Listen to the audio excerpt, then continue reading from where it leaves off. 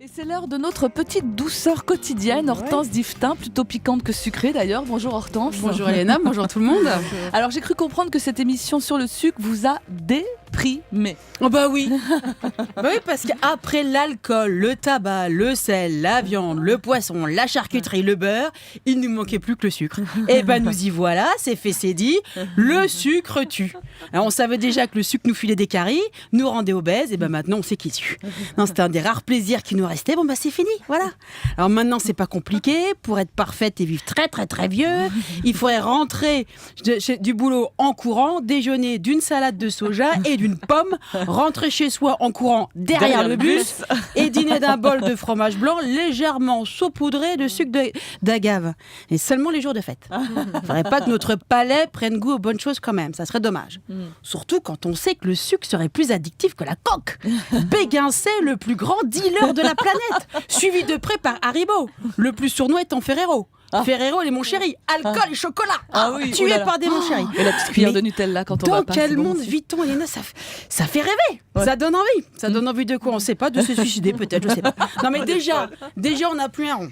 On part plus en vacances. On va bientôt rouler à 50 sur l'autoroute. Et le pompon, on n'a plus le droit au sucre car le sucre tue. Mieux, le sucre ampute.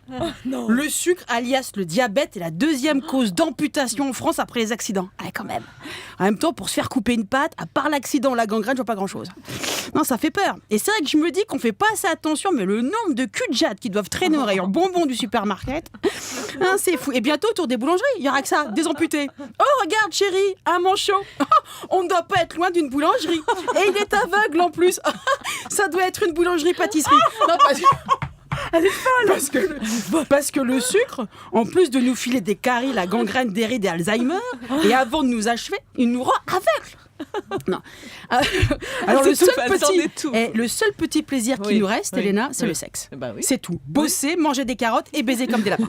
Pour peu que tu sois célibataire, tu manges pas les carottes. Non, je plaisante. En revanche, pour celles qui viennent de se faire larguer, comme elles ne peuvent plus s'envoyer une boîte de chocolat sans avoir peur de perdre un œil, elles n'auront qu'à se rabattre sur une boîte de Prozac. Ne me dites pas, Sophie, que le Prozac n'est pas bon pour la santé.